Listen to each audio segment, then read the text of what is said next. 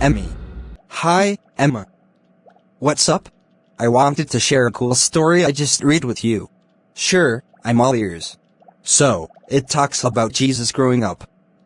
He was really strong in spirit and super wise. God's grace was on him.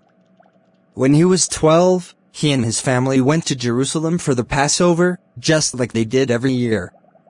After the feast, his parents headed home, but they didn't realize Jesus wasn't with them. Oh no! Right? They journeyed for a whole day before they started looking for him among their friends and family but couldn't find him. After 3 days of searching, they finally found him hanging out in the temple, talking with the teachers. He was listening and asking questions, and everyone was blown away by how smart he was. When his parents found him, they were shocked. His mom asked why he had worried them, and Jesus replied, "Didn't you know I'd be in my Father's house?" They didn't totally get it, but his mom kept those thoughts in her heart. Wow, that's powerful. It really is.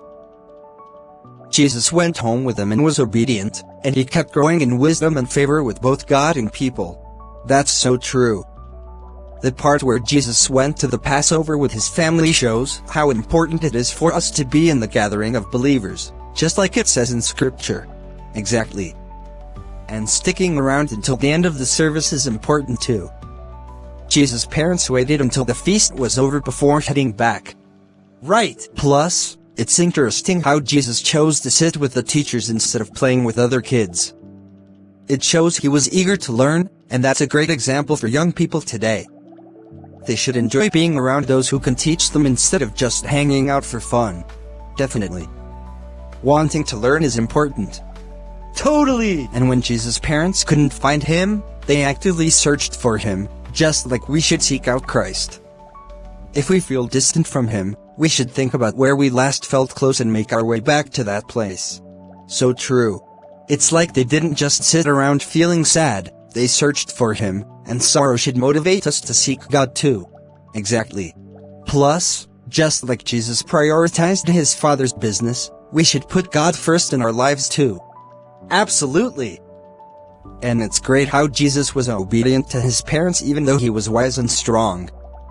That teaches kids to respect their parents, no matter what. Yes! It's a great example. Mary also treasured Jesus' words in her heart, even if she didn't fully understand them. We should do the same, hold on to God's words, even when they're hard to comprehend.